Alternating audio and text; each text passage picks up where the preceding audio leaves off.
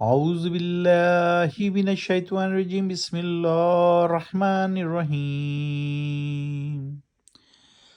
فقال الملأ الذین کفروا من قومه ما نراک الا بشرا مثلنا وما نراک اتبعک الا الذین هم اراذلنا بادی الرأی وما نرى لكم علينا من فضل بل نظنكم كاذبین۔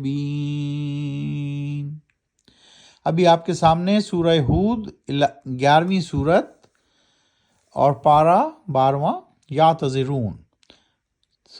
پارہ ہے 12واں، کل کتنے پارے ہیں؟ 30 پارے۔ ابھی ہم 12ویں پارے پہ ہیں اور آیت نمبر 27 کی تلاوت کی گئی۔ فقال الملأ الذی کفروا، آیت نمبر 27، سورہ ہود۔ اب ہم اس کے معنی دیکھتے ہیں۔ آج ہم کریں گے 27 سے 30 تک کی تلاوت اور اس کا ترجمہ بھی پڑھیں گے۔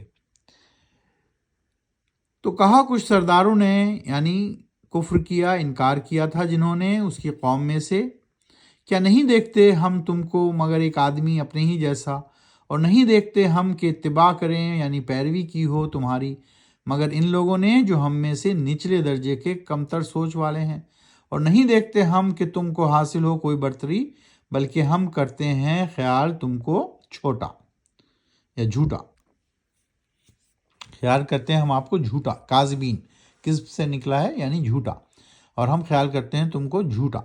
تو یہ سلسلہ جو چل رہا ہے، جو اللہ سبحانہ وتعالیٰ بتا رہے ہیں کہ حضرت نوح علیہ السلام کی قوم نے کیا کہا، ان کے سرداروں نے کہا جو کہ کفر کیا، انکار کیا، اور نہ صرف کفر کیا بلکہ یہ بھی کہا کہ ہم تم کو سوچتے ہیں چھوٹا اور جھوٹا، نچلے درجے کا، چھوٹا اور جھوٹا۔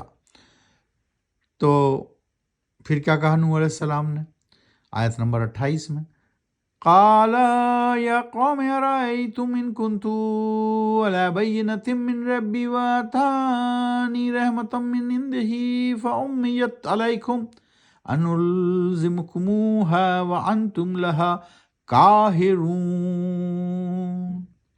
کہا نوح علیہ السلام نے، اے میری قوم، کیا دیکھا، کیا غور کیا تم نے، اگر میں قائم ہوں ایک کھلی شہادت یا گواہی پر اپنے رب کی، اور نوازا ہوا اس نے مجھ کو اپنی رحمت سے یعنی نبوت سے، پھر کیا اندھے ہو، نظر نہیں آتا تم کو؟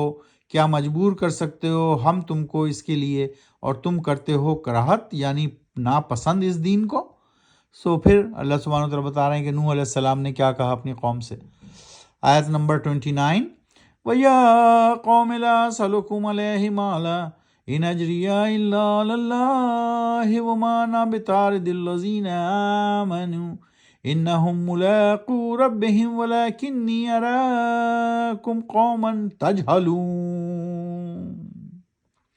اور اے میری قوم، نہیں مانگتا میں تم سے اس خدمت پر کوئی مال و زر، یقیناً اجر میرا مگر ذمہ ہے اللہ کے، اور نہیں ہوں میں کہ دھتکاروں اپنے پاس سے ان لوگوں کو جو ایمان لائے۔ یقیناً ان کو ملنا ہے اپنے رب سے، اور لیکن میں سمجھتا ہوں کہ تم لوگ جہالت پر ہو، یعنی لاپرواہ ہو، غافل ہو، نادان ہو۔